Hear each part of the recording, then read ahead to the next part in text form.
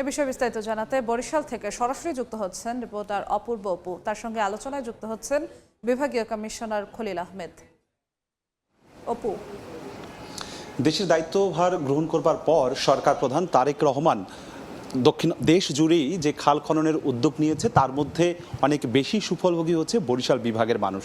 বলা হচ্ছে প্রায় ৩,৫০০ কিলোমিটার খাল রয়েছে বরিশালে ছড়িয়ে ছিটে, তার মধ্যে ৬১.৫ কিলোমিটার খাল খনন করছে। এর প্রভাব পড়তে শুরু করেছে। আমরা এ বিষয়ে বিস্তারিত জানবো। বরিশাল সিটি কর্পোরেশন প্রধান নির্বাহী কর্মকর্তা মোহাম্মদ রেজাউল বারী আমাদের সাথে যুক্ত হয়েছে। সময় দেওয়ার জন্য ধন্যবাদ। যে বিষয়টি আপনার কাছ থেকে জানতে চাই, বরিশাল শহরে ৪৬টি খাল রয়েছে, অধিকাংশ খালই তো মৃত প্রায় দখলে রয়েছে। দখল মুক্ত করতে আপনারা সিটি কর্পোরেশনের পক্ষ থেকে কী ব্যবস্থা নিচ্ছেন? জি, আপনাকে ধন্যবাদ। আসলে আমরা বরিশাল সিটি কর্পোরেশন যে ৪৬টা খাল আছে, খালগুলোর ভিতরে আমরা ইতিপূর্বে আমাদের নিজস্ব যে শ্রমিক আছে, শ্রমিকগুলো দিয়ে তাদেরকে আমরা পরিচ্ছন্ন করে, অর্থাৎ এখানে ময়লা আবর্জনা দিয়ে মাটি দিয়ে ভরেছিল, এগুলো আমরা পরিষ্কার করার পরে এই খালগুলোর ভিতরে অর্থাৎ পানি স্রোত দেখা গেলো। এই স্রোত দেখার পর কিছুদিন পরে দেখা গেলো এই খাল যে মৃত প্রায় খাল ছিল, এই খালের ভিতরে আমরা আমাদের স্থানীয় লোকজন জাল দিয়ে ১২ কেজি ওজন একটা বোয়াল মাছ পেয়েছিল। অর্থাৎ আমরা পরিষ্কার করার পরে এর পানির স্রোত প্রবাহিত হওয়ার পরে এখন মোটামুটি কিছুটা চালু। এরপরে আমরা নিয়মিত পরিষ্কার করছি। এখন আমাদের অভিযানও চলছে।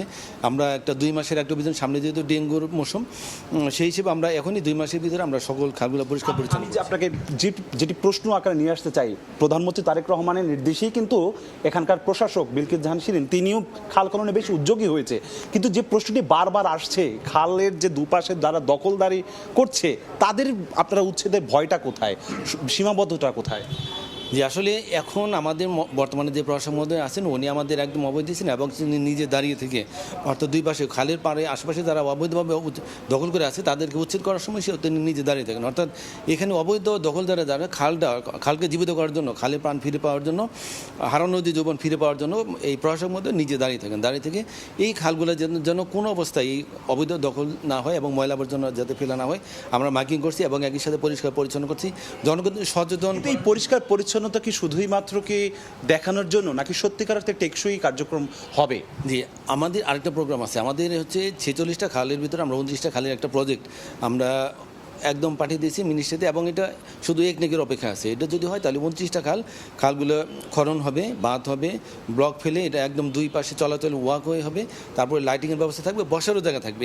অর্থাৎ একই সাথে লোকজন যেন একদম বিকেলবেলা সন্ধ্যার সময় বেড়ানোর একটা ভালো একটা জায়গা হবে। অর্থাৎ এই 29টা খাল যদি খনন হয় এবং এটা যদি সেটিং হয় এবং এটা যদি প্রয়োজনে আমাদের অ্যাকোয়ার করার জন্য ব্যবস্থা করা আছে, যদি এটা হয় তাহলে আমরা খালটা যদি প্রাণ ফিরে আসে তাহলে দেখা গেলো আমাদের বরিশাল যে আমরা প্রাচ্যের ভেনিস বলে যেটা গর্ব করি সেটা একদম ফিরে আসবে। একদম ধন্যবাদ। প্রাচ্যের ভেনিস খ্যাত ধান নদী খাল, এই তিনে বরিশালের যে ঐতিহ্য সেটি কিন্তু ফিরিয়ে আনবার জন্য বারবার সিটি কর্পোরেশন থেকেও উদ্যোগের কথা বলা হয়েছে, বিলকিস জাহান শিরিন প্রশাসক।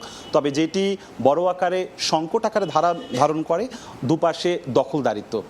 আপাতত আমার কাছে বরিশাল থেকে সবশেষ এতটুকুই খবর ছিল। বরিশাল থেকে সরাসরি যুক্ত ছিলাম বরিশালে।